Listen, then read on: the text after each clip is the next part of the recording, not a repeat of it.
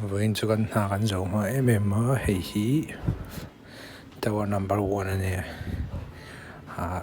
then room he pays or regency on ka tong dingam lo chung hian CCTV om veka le gas hian beng sing an ngai thei lo pantry ka pay do na pantry 2 the place where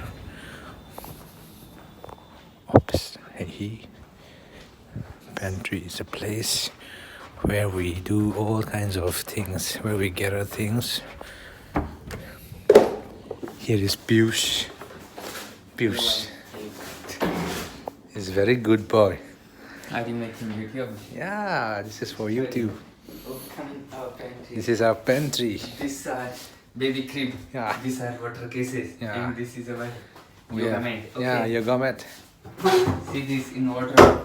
This is garbage day. These are rock He's glasses. describing. Yeah. Okay. And this, do it. This Duvet. is bathrobe. Yeah. These are our tray. Tell me more about what duvet is. What duvet is? It's more like a blanket, right? Yeah. Duvet is In a this, blanket. We have chair. Yeah. One bucket. Basket. These And are lockers. He's been Bye. Pius. Okay, these are our lift. Okay. This is our extra bed.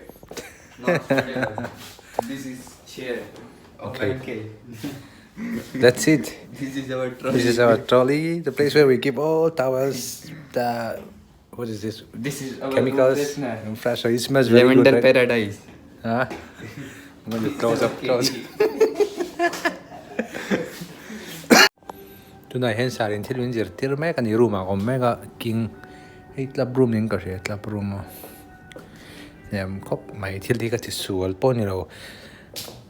2 weeks check ala oma dihen theli ka te sol na sa thai du ga kai museum bedroom re ba in sim plus ka dum bona har saru du ga local laptop tong supervisor hi ne felle bro hi min de ai na rong kal do na ni ka lo hang me ka na chile mi kha piu sha ni kum som ko nge som pare le ka ne felle memory lu thai me ma se na lu le me ma ni na chila po botoli kan ne in no ya VIP room atan on la kan tuma ama hi floor in charge ane ke ma hi a three show ka a trainee ka la ni a pepal mi la ni za tla lu. This is my supervisor Saranish. I forgot his full name. Here I am pantry room apple green apple ai guest na fruits and a lo hi ju kan ai vek thai a sẽ này bảng em mới chuẩn A B rồi lệ ấy tụi cần A tuy em chú tiếng Europe em cần như lâu mà sẽ nghĩ cần Europe chân bao chú hay cái mà bị cái tiếng cái mà chỉ Europe mình giàu chọc mẹ Europe cái chắc tụi này green apple đấy mình chỉ là pear cái tao bỏ fruit chú tiếng thầu nên cần đông ngon này mẹ mà xem ngầu vậy hàng phật lầu rùm corridor là thế gas mù lại thì liền phật lầu rùm cái này đôi cho nên pantry room mà tiếng ở room sao lại thế này ngay rồi mình hao này mà cái này giống ngầu. This is Anuj. He's a good friend of mine. I meet him from Akshay friend, Akshay brother. I'll show you Akshay someday. Filet me money, and I'm going down. See you. Hello, he fire exit in here. I'm saying a shortcut banging kagal thadona. Terka luci here. Put a basement number 1 akalut dona ni. Hello, a shortcut view. I'm saying anu amzo shortcut hi. Lift hi awak lo thina chang chuan. Fire exit kakal mi mai zel tu na B1 akan lo lutang. Yeah, just so here we are. Ole going to cái hồ mà là kan tắm cái đầu pui nó kan thọc sạc xìm mà nã te ngay kan này về chân to nã te ngay kan này về chân to bangin cái hồ kan thọc sạc to ta thầu pui te hồ pon hay thầu pui nuông cái min ti về hay cái này to cái này kan này bangin thầu pui hi kan này chi na cái thiên ra ra cái thầu pui nuông mình chỉ thấy về em mà lệ cái chút cái gì xìm xìm nó cái thổ hiền tim heo chút sang thì hiền cái thổ rất chỉ là ai stress sai hết cái là phải đó ai enjoy mình nào cái phong thủy luôn tập du thì mấy chú cảnh bang mà khóc mày có inline cả hồ về ai đa số là tuần về này có là team lâu ni ta harai me ma ame da ba thi hey je street food thau pon in sok chuak thau chân a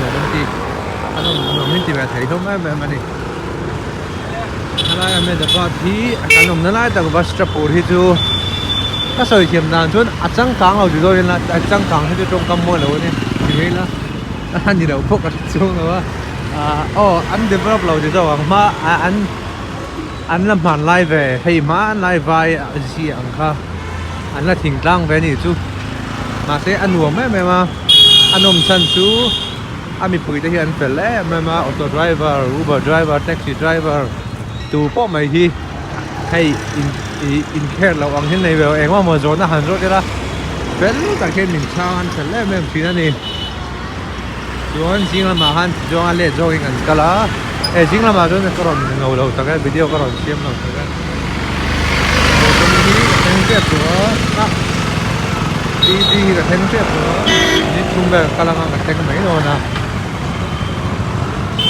motor hi ron tam thau na pa ka po na pangan tam le tran to a du na hi en ka thana luang na se mai ma ni luang lo ti pon lo ngai na lo ko lum le chu to cô du nè rồi hi su lại mấy thầy à hey annual building chicken building hey baga vel le tin char phei de pol ang halai tak phei bi chu heng ro không nghe ó có thể rồi halai duan ta này không ăn co ta cái ta bi de tu ta tak rồi ni cái là mấy ro tem thân tán sặc về được quá